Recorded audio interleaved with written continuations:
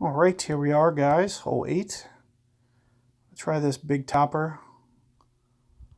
Thinking maybe either a Kingmaker or Berserker. We'll see, depending on the wind angle that we get. But let's see what we can do here. I do expect this to be a very, very straightforward, easy hole, even with a big topper. More so, what I'm using it for is kind of its top spin capability. All that extra momentum that we can get on that second bounce is going to be advantageous to have at least, 5 or 6 top spin minimum. Ideally 7 top spin.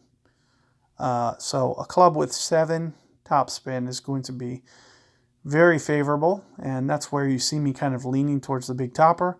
We're going to try to roll it down the hill towards the hole and try to get it down to that fairway. So a couple different ways we can do it. One of the ways that we can do it is with a hook shot. And I don't know how to hook a big topper, so I'm a little hesitant to try to do so. It's probably somewhere around the neighborhood of, I'll move around 5-ish rings, I'm thinking, maybe 6. But I'll also use the left of my bullseye. I do think I have enough power to do it this way. As I mentioned, I probably don't need all that top spin. I probably only need, kind of in the neighborhood of where I was mentioning, maybe about 6 bars. And let's just try it. We're going to try to land it right around here. So I'm going to kind of play the wind first, just kind of right in here. And I'm going to, on top of this, I'm going to go 5-ish rings and just see how this works. And again, I'm using this big topper mostly for the top spin keep. Oh, that's gone.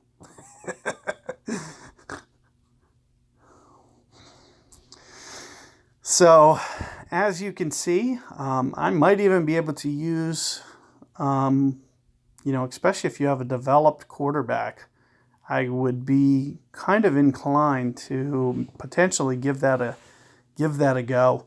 In fact, I might use one of my more experienced bags and try to do a revision in expert, just so I can kind of see what a quarterback 10, for instance, does do, especially with having all that curling capability.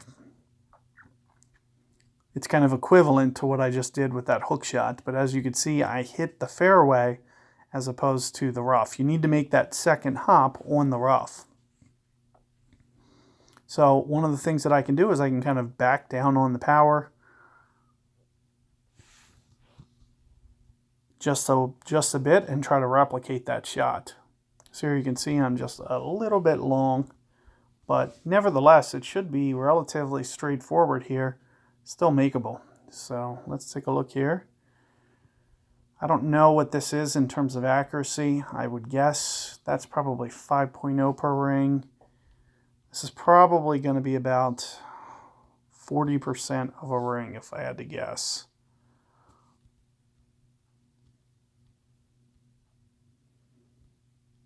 I'm thinking somewhere right around here with the adjustment.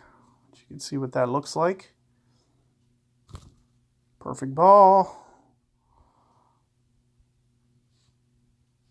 And surely enough, there it is. So I'm still able to get it. I'm just going to come down to perfect ball, wind play, and being able to take advantage of, getting it down there. So good luck there, guys, with that hole. Hopefully, you can make kind of minor tweaks on what I'm doing, kind of maybe try something similar but with less power, for instance. I could only kind of go in half power and maybe not quite curl it, just as, maybe a ring to the left on my hook adjustment as well. So just something to keep in mind. Good luck there with that hole. I'll see you guys for hole 9 coming up.